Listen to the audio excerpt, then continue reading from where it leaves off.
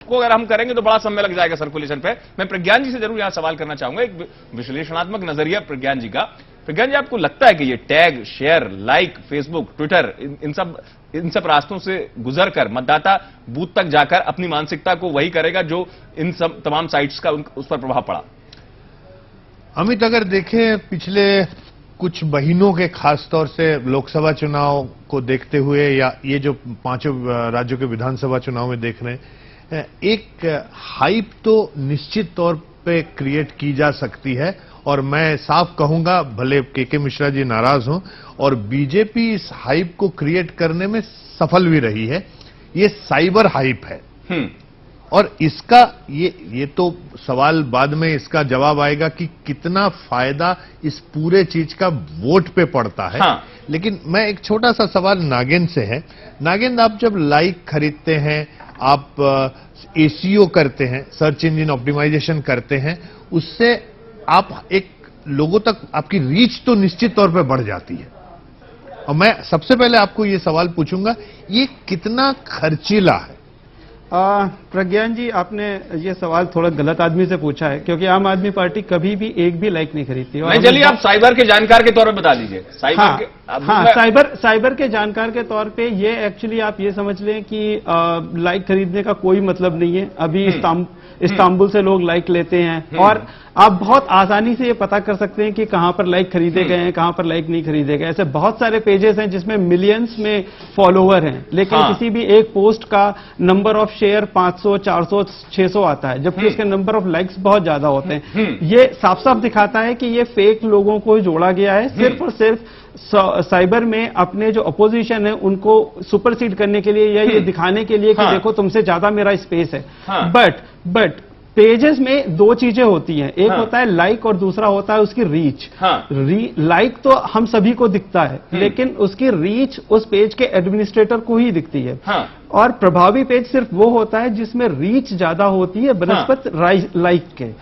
तो मैं माफी चाहूंगा, मेरे पास समय बिल्कुल कम बचा हुआ है। बस इतना जरूर संक्षेप में प्रज्ञान जी मैं आपसे जरूर पूछूंगा, क्योंकि कई बार अगर हम कंप्यूटर या इंटरनेट के जरिए के माध्यम की राजनीतिक दलों की बात कर रहे हैं, तो यहां पर यह बात भी महत्वपूर्ण हो जाती है कि चुनाव से इतर अगर हम सोचें, हटके सोचें, तो क्यों जब आम आदमी जो आक्रोश है या युवा तमाम घटनाओं को लेकर शासन, पुलिस या तमाम चीजों पर अपना आक्रोश दिखाता है, उसको लेकर कोई पार्टी दिलचस्पी नहीं दिखाती? नहीं, देखिए, एक नया मीडिया है और नए मीडिया का कितना दोहन कर लिया जाए, ये सारी पार्टियां अभी इसी लाइन में चल रही है। बिल्कुल बिल्कुल। अब मेरे पास समय कम बचा हुआ है। राजनीति लाइन में सियासत पर हो रही बहस के बीच आइए ये भी जान लेते हैं कि मध्य प्रदेश और छत्तीसगढ़ में दिन भर सियासी मौसम कैसा रहा, हमारे सहयोगी ऋषि के साथ।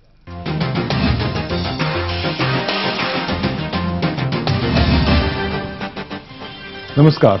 चुनावी तारीखों के ऐलान के बाद प्रदेश के चढ़ते उतरते तापमान के अपडेट के साथ हाजिर हूं मैं ऋषि।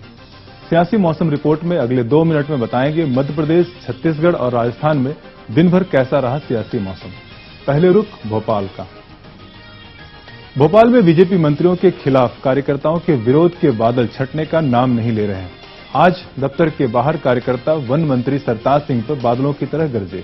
कार्यकर्ता सरताज सिंह को टिकट न देने की मांग कर रहे थे। अब रुख होशंगाबाद की ओर। मध्य प्रदेश में बढ़ते चुनावी पारे के बीच वोटों की नमी को तलाश रही कांग्रेस की सत्ता परिवर्तन रैली होशंगाबाद पहुंची। होशंगाबाद में ज्योतिरादित्य सिंधिया ने सीएम शिवराज पर जमकर आरोपों की बारिश की। सिंधिया के साथ कमलनाथ और दिग्विजय सिंह भी मौजूद रहे। अब रुख नरसिंहपुर की ओर।